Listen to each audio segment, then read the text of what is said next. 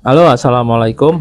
Nah, kita coba siang-siang ya. Nah, ini biasanya waktunya teman-teman lagi istirahat siang. Nah, makanya nyoba nge-live nih siang-siang. Siapa tahu banyak teman-teman yang lagi aktif. Nah, kali ini saya pengen ngobrol ini tentang si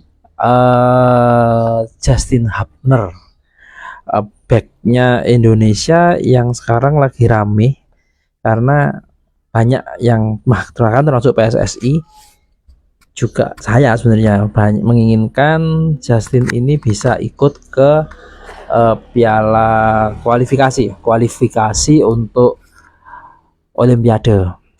Nah, tapi konon Justin dan klubnya Cerezo Osaka ini tidak mendukung rencana tersebut.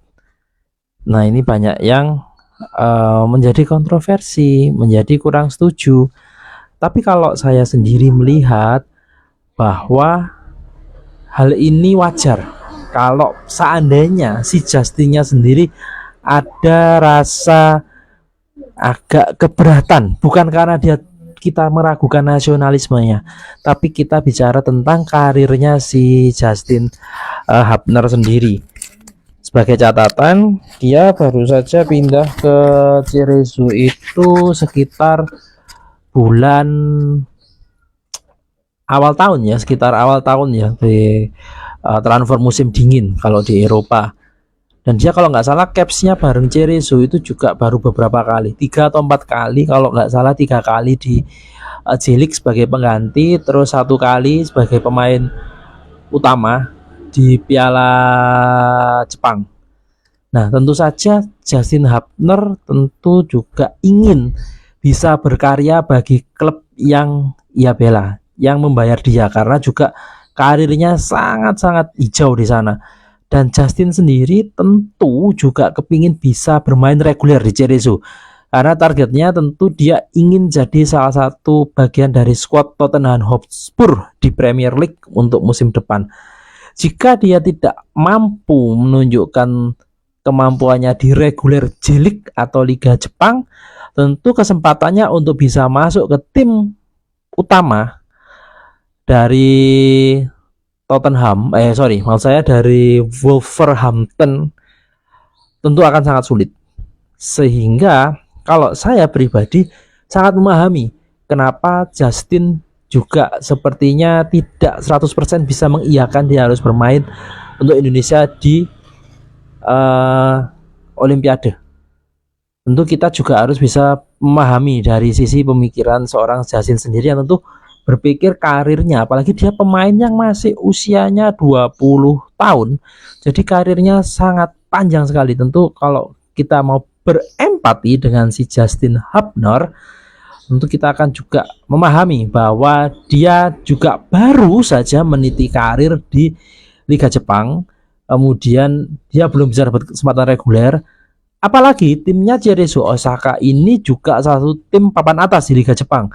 Sehingga tentu kalau dia bisa bermain reguler di sana, bisa bermain di Liga Champion Asia mungkin, ini tentu sesuatu yang luar biasa. Apalagi juga Liga Jepang untuk season kedua, untuk Liga Jepang itu kan aturannya adalah setengah musim setengah musim. Nah, ini kan setengah musim yang kedua baru saja dimulai memang, sehingga memang momentum yang tepat kalau buat seorang Justin Hubner kalau dia ingin memantapkan posisinya di lini belakang atau sebagai starter 11-nya Cerezo Osaka.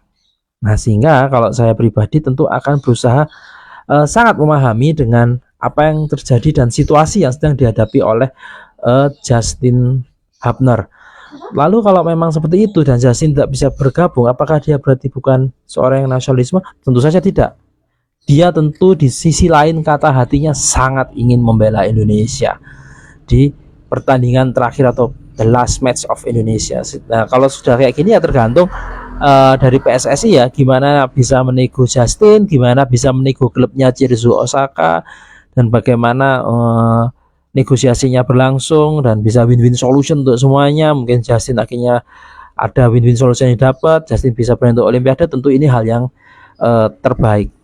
Tapi apapun itu tentu kita selalu support timnas Indonesia dan siapapun yang bermain untuk tim Indonesia, mau di kelompok umur mau di timnasnya kita selalu support. Dan semoga saja memang melawan Ginia Indonesia masih punya peluang, karena kayak waktu lawan Czech kita juga bisa mengimbangi mereka, waktu tim U16 ya, U16 apa U19 beruji coba dengan Ghana, ini juga kita sempat menang juga. Temenmu udah banyak itu loh. Itu kita juga sempat menang, sehingga bukan berarti peluang kita luar biasa berat. Kalau buat saya lawan Ginia memang klub pemainnya terlihat mewah ya, terlihat mewah karena pemain di Eropa, tapi sebenarnya klub-klub yang dibela para pemain, rata-rata pemain Ginia ini juga bukan kelas A lah. Kalau disamakan dengan pemain abroad kita juga rasanya masih sama aja, sehingga peluangnya masih cukup besar, masih 50-50 buat saya kalau kita bisa memenangkan laga playoff terakhir di perebutan satu tempat di Olimpiade Paris 2024. Bravo.